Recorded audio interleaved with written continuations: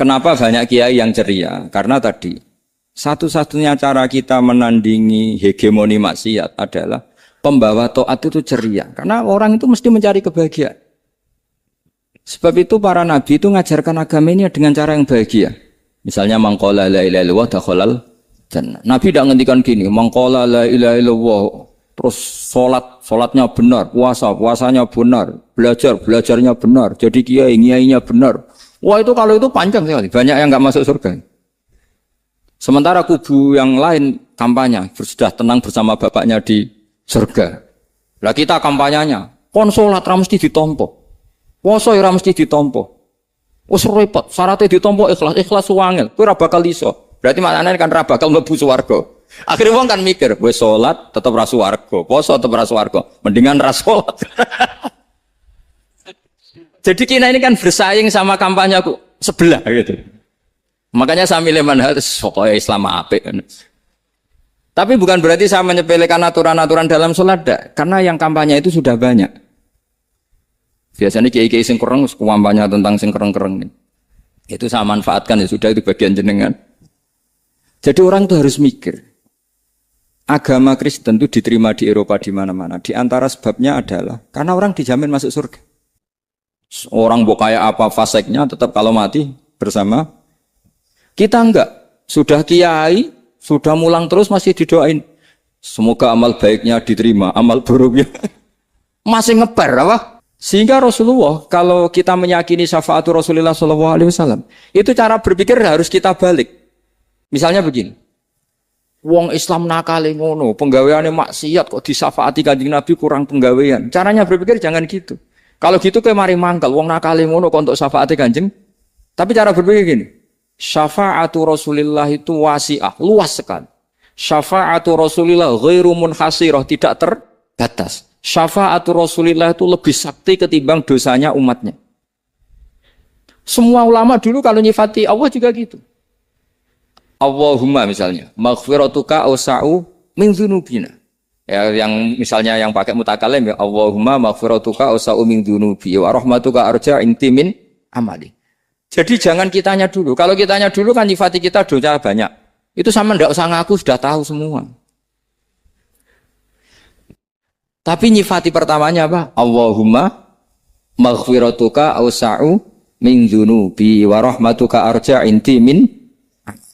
Sehingga dari nyifati maghfiratullah yang wasi'ah yang tidak terbatas, kemudian kita sah mengatakan bahwa ahlul maksiat pun mungkin atau berhak dapat ampunan. Sama. Syafa'atu Rasulillah itu ghairu munhasirah. Syafa'atu Rasulillah itu wasi'ah. Sehingga sahlah riwayat syafa'ati li ahlil kabair min ummah. Itu bukan menyangkut melegalkan kabirah. Bukan menyangkut mengesahkan orang Islam dosa besar. Karena nanti dapat syafaatnya Rasul. Cara berpikir jangan gitu. Nanti kamu mentasjek memberanikan orang melakukan maksiat berdasar iktimat syafaati Rasulin. Itu jangan gitu cara berpikir dibalik apa? Syafa'atu Rasulullah awsa'u wa awsa'u. Sangat lu. Sehingga saking luasnya sampai yang tukang maksiat saja kebagian. Sama rahmatnya Allah Ta'ala itu wasi'ah. Rizkinya Allah ya wasi. Sampai wong nganggur ya iso mangan ngono. Lah begitu juga rahmati Allah Ta'ala itu wasi'ah. Sampai wong sing sumpek utange akeh ya iso guyu ngono. Lah tapi kalau dibalik, misalnya saya diprotes kiai, saya pernah juga diprotes. Gus umat kok mbok latih guyu, padahal mereka maksiate akeh, utange akeh gini-gini. Karena kamu menyifati orangnya. Kalau menyifati orangnya sampean guyu haram. Utang jatuh tempo, sampean gak mikir dosa ndak? Dosa. Jadi kiai muridnya goblok kok kiai ini kurang tahajud itu ya dosa. Jadi kiai kok muridnya goblok tenang wae. Sementing untuk sowanan itu amatir ya kan. Mestinya cara berpikir dibalik. Rahmatullah wasi'ah. Rizkuhu ya wasi', fadluhu wasi'. Sampai wong sumpek wae iso guyu. Sehingga kita ini sudah objek.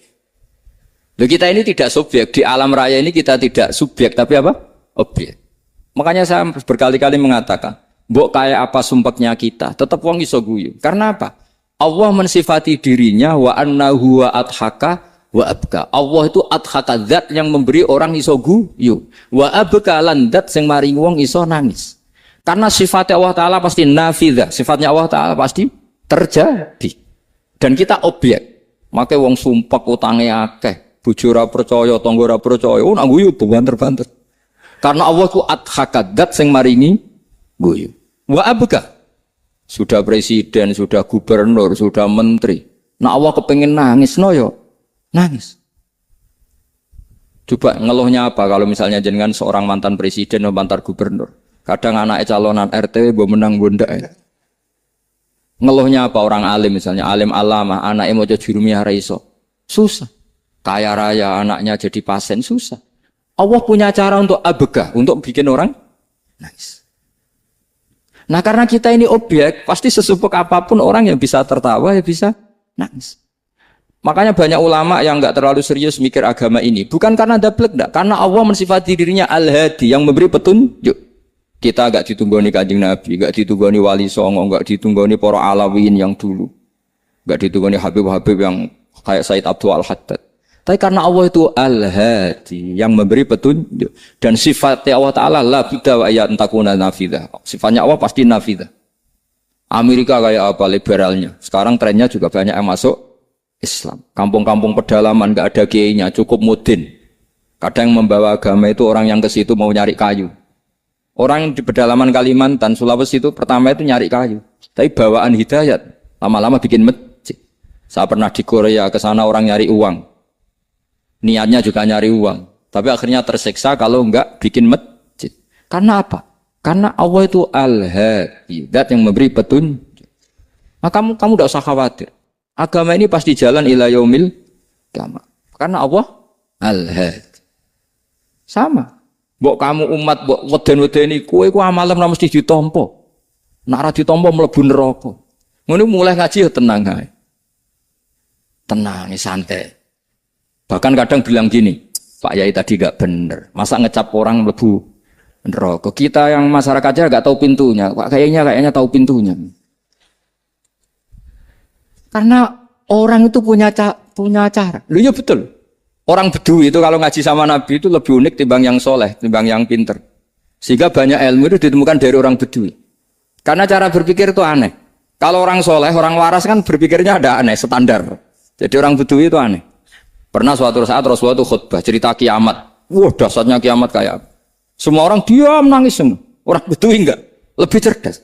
Ini Nabi itu cerita kiamat kalau ada tanggalnya ini gimana? Orang nangis semua karena dasarnya kiamat kayak gitu. Bumi dihancurkan, wus. Pantas sudah nangis dewi-dewi. Ya ono sing nangis pabrik banyune macam-macam. Ini kalau kiamat gimana? Ini perjalanan air kemasan saya kan orang mikir. Mikir dewe-dewe gitu. Tapi ini enggak. Orang Bedui cara berpikir tuh enggak. Malah, ya Rasulullah, mata sa'ah. Engkau itu cerita kiamat tapi enggak jelas tanggalnya. Kalau cerita kiamat ya harus jelas dong kapannya. Jadi unik. Jadi cara berpikir, sahabat kaget semua loh. Kaget. Karena enggak kepikiran. Nabi A'radu anhu, A'radu itu mengabaikan. Banyak sahabat yang menganalisis lam yasma'kan. Nabi memang enggak dengar sehingga mengabaikan. Ada yang analisis lagi sami'a wa kariha. Sebenarnya Nabi dengar cuma enggak berkenan karena tengah-tengahnya khutbah kok tanya. Tapi si Arabi ini cerdas. Masuk akal kan? Misalnya mau pilihan presiden, orang mesti tanya kapan kan gitu. Ya kan? Mau ganti presiden atau ganti bupati, takarannya orang kan kapan? Kayak Mas Akom jadi wali ndak? Pertanyaannya kan kapan? Kalau jatuhnya kan sudah ya. Sehingga tanya, mata sa'ah ya Rasulullah. Lama-lama Nabi diangen-angen, bener juga orang ini. Saya cerita kiamat kok gak jelas kapannya. Ini Nabi menjawab. Tapi karena Nabi orang-orang yang sangat pinter, tanya balik. Ma'atattalah. Lalu kalau kamu berani tanya kiamat kapan, saya tanya balik. Ya persiapan kamu apa? Jawabnya santai saja. Fawwah ma'atattalah kabira sholatin wala siyamin walakinni uhibbuka ya Rasulullah. Saya enggak menyediakan apa-apa, sholat saya biasa aja, maksudnya standar. Ya kira-kira 5 waktu pas. Ya jenis saya lah kira-kira. Wala kabira siyamin, dan saya puasa ya standar saja pas. Walakin uhibbuka ya Rasulullah. Tetapi saya mencintai engkau ya Rasulullah. Jawabannya Nabi apa? Almar'u ma'aman ahabba. Sebagian riwayat anta ma'aman ahbabta. Jadi hadis itu populer tuh barokahnya wong desa. Andai kan dia punya etika, maka sowan dulu tanya 4 mata. Itu jadi hadis ahadi. Tapi barokahnya dia selonong di depan umum. Zaman Nabi khutbah itu jadi hadis mutawatir. Jadi kadang barang baik itu barokahnya orang yang enggak baik. Maksudnya su'ul adab. Tanya gitu kan su'ul. Tapi itu barokah. Akhirnya hadis itu mutawatir. Karena didengar ribuan sahabat yang mendengarkan khutbahnya Rasulullah. Tapi kalau hadis itu satu-satu kan. Khossoni bidzalika Rasulullah. Khossoni bidzalika Rasulullah. Itu nanti jadi hadis ahadi. Yang kualitasnya jauh di bawah hadis mutawatir. Jadi barokahnya orang su'ul adab itu ya ada. Karena Allah yang mendesain ini.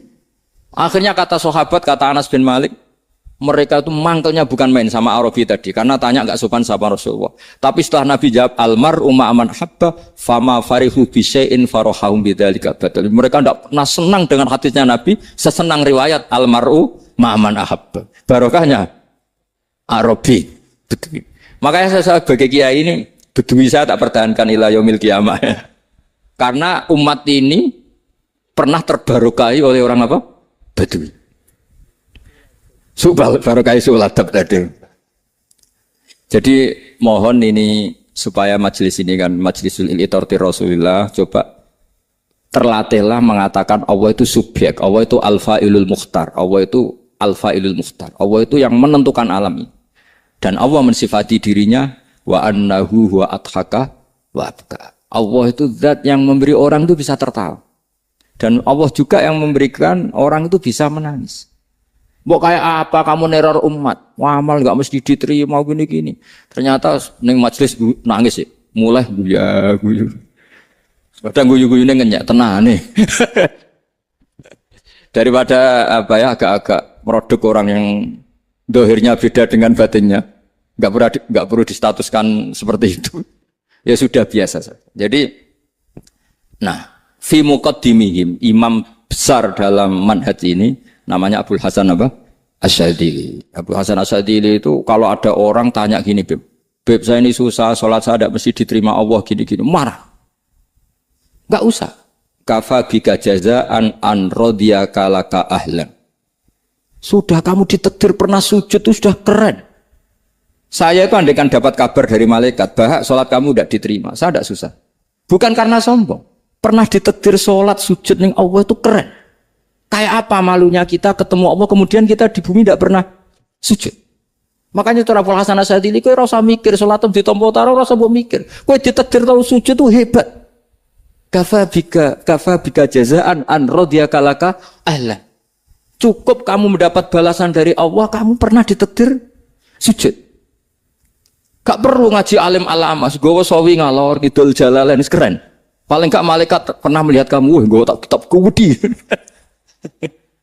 Gak penting paham kamu. Karena isra bakat paham Mas. Jadi Abul Hasan Asyadzili adalah orang yang dan itu Al-Hasani ya, dan itu Al-Hasani. Makanya macam-macam kita yang Al-Husaini sudah kita punya faqih muqaddam, punya banyak. Di Al-Hasani yang paling populer diantaranya adalah Abul Hasan Asyadzili. Beliau itu kalau ngendikan sesuatu itu positif terus.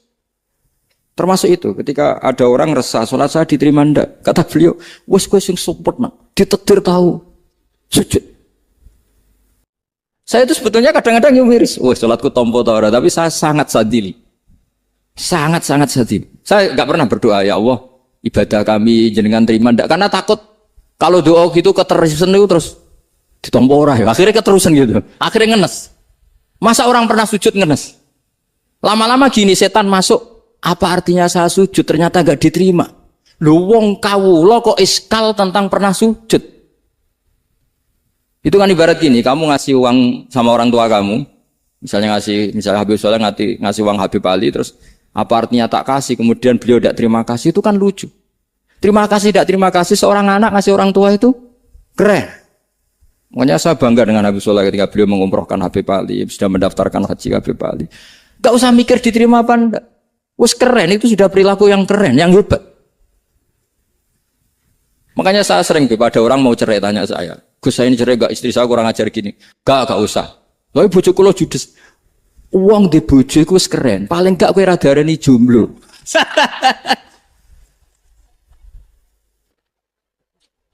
Oh, diarani duda ora enak. Wes luwe sabar ndi diarani duda mek diarani bojo judes. Enak bojo judes cek gagah. Di bojo lah. Oh, provokator itu. Jadi kafabiga jazaan an rodiya kala ka'alan. Sudah ditedir pernah sujud itu sudah keren. Dulu ulama ala hadan nampak. Ulama dulu cara berpikir seperti itu. Makanya ulama dulu kalau nafsiri wasjud waktarik sudah pernah sujud. Di Quran enggak pernah. Ada ayat wasjud san sujudo siro ingkana kada wa kada ing kunta mutayakinan bikobuli sujudi. Kan ada sujud ya sujud saja, tidak usah mikir makbul apa tidak makbul. Sudah kalau sujud pasti waktarik. Terus saya sebenarnya ya sebagai orang ya kadang wedi, salatku ditompo ta ora. Tapi kalau keterusan nanti ada was-was yang mengatakan opo artine sholat. Lu tuh kan ngeri seorang hamba sing uripe ning bumine Allah kemudian menyoal pernah sholat hanya karena takut gak diterima. Itu kan geblek banget. Saya jenis kiai yang di partai itu. Saya ada tahu kalau kening dikom. Setiap umat masa kamu gak ada keren plus. Jadi, nah nanti kalau misalnya ada manhajnya Habib Soleh yang tidak seperti itu tidak apa-apa. Mungkin supaya orang nggak takabur, nggak fakhr. Sehingga makanya mulai dulu lama itu ya partainya kalau nggak rojak ya hauf. Nah saya ini yang jelas terang-terangan ikut partai rojak saja, Pak. Partai rojak. Karena banyak yang sudah di partai hauf. Tapi saya rojak yang bil ilmi tadi. Makanya Sayyidina Umar radhiyallahu anhu itu yang namanya sama sujud. Saya itu punya kitab. Habib Soleh pernah tak tunjukin tulisan tangan saya. Muji-muji sujud. Sayyidina Umar ketika ditusuk seorang gila itu Majusi. Abu Lu'lu' terkenalnya itu. Itu Hulamul Mughirah terkenalnya. Ditusuk, dia sahabat, beliau sahabat, wali. Jadi nusuk Umar itu kayak apa? Nusuk Mas Akom aja dosa besar apalagi nusuk Umar. Itu ketika ditusuk, dia itu ya punya dendam, namanya manusia itu punya dendam. Artinya namanya orang kan mangkel sama yang nusuk. Kalau orang mangkel itu inginnya kan yang nusuk itu masuk neraka. Tapi apa kata Umar? Ngendikan gini, tanya pertama. Yang nusuk saya siapa? Orang Majusi. Orang Majusi, Hulamul Mughirah. Alhamdulillah, alladzi lam yaj'al maniyati biyadi rajulin lam yasjud laka sajdatan yuhaju biha indaka yaumal qiyamah. Saya itu senang Gusti, yang nusuk saya orang yang enggak pernah sujud sama jenengan. Jika kalau saya dendam supaya dia masuk neraka, saya enggak takut orang itu nuntut sama saya. Tapi kalau dia pernah sujud, pernah sholat, kemudian dia masuk neraka karena nusuk saya, kemudian dia berargumentasi, saya pernah sujud ya Allah, kenapa engkau masukkan neraka? Saya tidak berani jawab ya Allah. Saking hormatnya sama yang namanya sujud.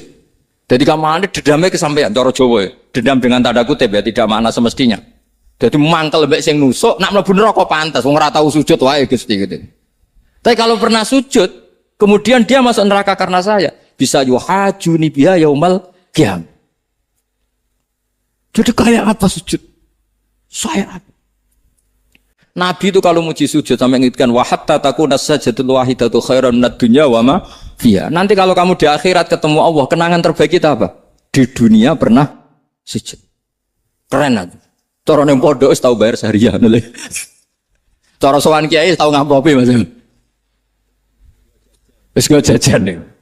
Nah tapi kadang setan itu masuk tadi. Apa artinya sujud gak mesti ditompo, apa artinya sowan Habib ngaturi ra mesti ditompo, ngaturi kiai. Akhirnya ada ketakutan. Nah kalau ketakutan ini berlebihan lama-lama, ma faidatus sujud. Wah itu sudah buruk sekali. Wong hamba kok tanya ma faidatus sujud. Nah ini di pentingnya mazhab-mazhab Syadzili. Jadi saya ngaji agak-agak uraan wa amdan. Kalau ini watak sudah bukan. Jadi uraan itu ada dua. Ada yang amdan bismil ilm. Ilmunya banyak terus milih manhaj. Insya Allah saya partai itu. Ada yang uraan bakat Mas. Ada ya? Ada apa banyak? Nah sebetulnya khauf juga gitu Bim. Ada khauf itu karena ilm. Ada Habib alim alama atau kiai alim alama, dia tahu masyarakat kalau ngikuti Gus Bak nanti jadi fakir, kurang tawaduk, terus dia milih partai khauf. Lah yang buruk itu ada kiai yang milih khauf pancen dari awalnya sati cilik. Jenisnya wis sati. Jadi sebenarnya dia ndak cukup ilmunya nerangkan khauf, cuma jenisnya wis sati cilik. Wong ning omah lawang dikunci ono gludak-gludak, ono hantu putih. Jadi ya sama, yang bawa rojak bisa bawaan dablek, yang bawa khauf bisa saja bawaan ati cilik. Nah kita ingin yang bawa rojak ya bismil ilm, yang bawa khauf juga bismil ilm.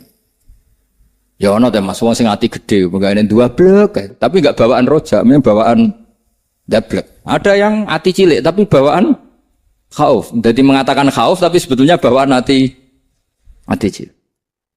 Nah kita ingin nyandak kalau rojak ya bismil ilm kayak Abdul Hasan Asyadzili. Kalau yang kampanye khauf kayak Said Abdul Haddad bawaan apa? Ilm. Sehingga kita ini kul inni ala bayyinatin mir rabbi, semua itu berdasar ilmu sing jelas welo-welo. Makanya semua nabi memaklumatkan apa? Kul inni ala bayyinatin mir rabbi. Jadi semua ilmu syaratnya apa? Bayyinah itu kebenaran ilmiah sing jelas welo-welo. Makanya itu yang disebut Allah Subhanahu wa taala mensifati kekasihnya yaitu Nabi Muhammad sallallahu alaihi wasallam, lam yakunil ladzina kafaru min ahlil kitabi wal musyrikina munfakkina hatta ta'tiyahumul bayyinah rasulun minallah yatslu suhufam mutahharah. Niku Kanjeng Nabi saking cerdase meneh tek wong Islam, wong musyrik, wong kafir ngerti logika yang dibangun Nabi saja kuat infikak dari kemusyrikannya. Makanya disebut munfakin. Orang-orang musyrik, orang-orang kafir tidak munfakin, tidak tercerabut dari akar akidahnya hatta ta'tiyahumul bayyinah. Itu siapa? Rasulun minallah yatslu suhufam mutahharah. Masyhur itu debatnya Nabi dengan orang-orang musyrik. Mereka bilang, "Ya Muhammad, kita ini urusannya banyak, kasusnya banyak. Lalu Anda mengajarkan ke Tuhan satu. Masa urusan banyak cukup Tuhan satu? Itu enggak fair Muhammad. Aja'alal alihata ilaha wahida inna hadza la syai'un ujab." Urusan kita banyak, masyakil kita banyak, muskilah kita banyak. Kalau Tuhannya satu tidak cukup Muhammad. Nabi dengan santainya memberi penjelasan. Ya sudah gini saja. Kalau kamu jadi budak atau pembantu, majikan kamu banyak. Semuanya merintahkan kamu, semuanya bikin aturan untuk kamu. Kamu suka enggak? Ya enggak suka Muhammad. Kalau majikan kita banyak, repot. Ya sudah, Tuhan kamu itu majikan kamu. Kalau banyak perintahnya beda-beda, kamu pusing. Ya udah Mat, Tuhannya satu aja Mat. Karena Nabi bayyinah, orang itu bisa dibalik-balik pikirannya. Dan makanya disebut daraballahu masalah rajulan fihi syuraka'u mutasyakisuna wa rajulan salamal lirajul hal yastawiyani masalah alhamdulillah. Jadi Nabi itu kalau adu argumentasi itu luar biasa. Jadi segampang itu Nabi memberi apa? Argumentasi. Karena beliau adalah al-hujjatul balighah. Jadi Nabi itu enggak pernah kalah. Pernah Nabi debat sama orang Yahudi. Muhammad, saya ini turunan Ibrahim. Kita ini Israel ya. Kita tahu Israel adalah turunan Nabi. Israel nama lain dari Yakub. Yakub bin Ishak bin Ibrahim. Padahal Yakub ini punya anak namanya Yahuda. Makanya Yahuda bin Yakub bin Ishak bin. Kita ini yang mirip Ibrahim. Bukan kamu. Tapi orang Yahudi itu enggak apal nasabnya. Sehingga mereka bilang, kita ini saking baiknya. Ibrahim saja pengikut kita. Terus digojlok oleh Nabi. Ibrahim itu buyute Yahuda. Makanya digojlok ha antum ha ula ihajatum fi malakum bi ilm falimatu hajuna fi ma laysa lakum bi ilm. Kita adu debat itu sudah ilmiah. Kenapa kamu menjadi tidak ilmiah? Kenapa Muhammad? Terus Allah menurunkan wa ma unzilatit Taurat wal Injilu illa min ba'di afala ta'qilun. Artinya gini, kalau Ibrahim dikatakan Ibrahim Yahudiyah, itu sama dengan saya berkali-kali podo karo sampean misalnya ngendikan Bazubair itu pengagumnya Gus Roji misalnya. Padahal Gus Roji bin Ubab bin Maimun bin Zubair. Misalnya Gus Roji bin Kiai Haji Ubab bin Kiai Haji Maimun bin Kiai Haji Zubair. Nah Ibrahim itu kan Yahuda bin Yakub bin Ishak bin Ibrahim. Terus mereka bilang Ibrahim itu pengikut Yahudi. Itu kan kebalik-balik. Kayak Habib Hasan itu pengagum Habib Soleh. Kan Habib Hasan rohnya ini gimana ini sih mbahnya kok dianggap. Nah, sehingga orang Yahudi ketika Nabi berdebat beda dengan Nabi Muhammad SAW. Ketika ditanya, kenapa kamu yakin agama tauhid? Millata abi. Karena ini agama nenek moyang saya. Millata abikum apa? Ibrahim. Jadi jelas. Akhirnya orang Yahudi ngerti. Ya kan sama dengan mengatakan tadi Pak Karno itu pengagum Puan Maharani. Kan aneh enggak kalimat itu? Mbah Hasyim Asy'ari itu pengagum Gus Dur. Gak lucu. Itu debat. Jadi Nabi itu orang yang bayina. Bayina itu kalau menerangkan kebenaran itu bahkan orang kafir pun bisa infikak, bisa munfakin, tercerabut dari akar. Nabi itu mudah sekali merubah logika. Makanya di Quran sering ada kata aro'aitum. Karena memang tadi. Nah saya mohon apapun pilihan Anda rojak, kayak Abul Hasan Asadili tadi. Ketika orang resah sujudnya diterima apa enggak, sholatnya diterima apa enggak. Beliau bisa berargumentasi betapa pentingnya sujud. Wes aja kowe iku kawula, tahu sujud iku keren. Saman bayangkan betapa malunya kita. Kalau kita ketemu Allah kemudian di dunia enggak pernah. Lho paribasane kula mlebu swarga lah wisin. Mlebu swarga, tapi ning donya ora tahu wisin. Sama seperti kowe di guru, saurip-uripmu ora tahu salam template wisin. Kira-kira seperti, meskipun salam template ora penting. Ya ora penting to, misale soalnya salam template 50.000, duwe wis akeh ngono kan. Nama sakom penting gue tuh rokok. Itu bukan nilainya kok, betapa malunya kita.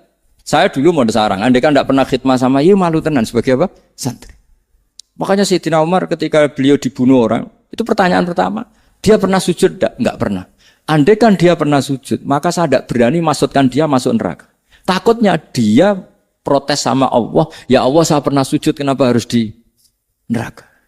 Atau Umar ditanya Allah gini, Umar, kue ridho wong sing tahu nyembah aku kemudian dia di neraka. Kayak apa?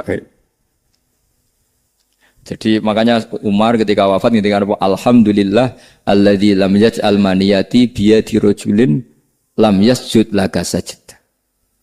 Ya jadi saya mohon sekali jadi majelis ini sebuah majelis mubarak. Caranya tauhidnya dibenarin, apa tauhidnya dibenarin. Jadi Allah itu adhaka wa abka, Allah itu al-hadi, Allah itu ar-razzaq. Sehingga Menteri Ekonomi mbok salah rumusnya lah wong tetap mangan. Mergo Allah itu ar-razzaq. Mbok negara dikelola keliru lah wong tetap mangan, wong Allah itu ar-razzaq. Kiai rada akeh sing di masalah. Tapi ya tetap agama ini jalan. Lho andai kan syaratnya agama ini kiai ini bener. Wah ya repot. Kowe iso bayangno masakom bener terus. Tapi agama ini berkali-kali coba di TV itu banyak nyun sewu, ada ustadz, ada kasus apa, ada kiai, kadang ada masalah hukum. Agama ini jatuh enggak masalah. Padahal di TV sudah dinasionalkan kan, ada kiai terlibat kasus hukum atau ustadz tertangkap karena melakukan apa itu. Tapi enggak ngefek karena agama ini bihifdzillah wa biriayatillah. Sama. Negara mana-mana kadang manajemen ekonominya enggak jelas, tapi masyarakat ya makan karena Allah Razzaq. Sama, aku kancanan Mas Ako mengeluh, tapi Allah adhaka, akhirnya iso guyu. Padahal orang untungnya belas kancanan dek. Tapi karena Allah itu adhaka. Nah kita dengan istri yang kita cintai, dengan keluarga, kadang yang nangis. Karena Allah itu zat yang bisa memberi abka. Wa annahu wa adhaka wa abka. Terus wa annahu wa amata wa ahya. Kita tidak ingin mati. Wa ya mati saja, karena kita objek. Nah, hidayah itu seperti itu. Allah al-hadi. Apa? Allah itu kayak apa Korea, negara ateis. Enggak kebayang di sana ada ngaji Aqidatul Awam, Mabadi' Fikih. Sekarang banyak. Saya tuh kalau beli Aqidatul Awam kerdusan, kirimkan ke Korea. Sebelum saya ke Korea, karena sebagian santri saya di Jogja. Di sana ada ngaji Aqidatul Awam, ngaji Takrib. Bahkan saya di sana dilakokno sa'duna fid dunya. Kayak apa Allah kalau ingin bikin hidayah? Karena Allah itu al-hadi. Wong Indonesia digerakno seneng duit, bareng wis seneng duit mau apa? Korea. Setelah di Korea tersiksa karena gak ada tempat sujud, akhirnya urunan. Segampang itu kalau Allah menghendaki. Itu gak dibenem MUI, gak dibenem. Karena Allah al-hadi. Jadi saya mohon sekali tauhid ini dibenerin dulu. Allah tetap al-fa'ilul mukhtar, apa? Al-fa'ilul mukhtar. Sehingga Allah mensifati dirinya adhakawa. Mbok kamu bendung kayak apa, orang ngaji saya tetap guyu. Sekarang iso mbuli saya, oh Gus Bab yang ngaji sejak guyu. Allah yang memberikan guyu kamu itu. Andai kan sesuai status kamu, kowe ora ngarep guyu. Utang akeh, jatuh tempo, bojo ora percaya. Gede-gede ya, kayak paham.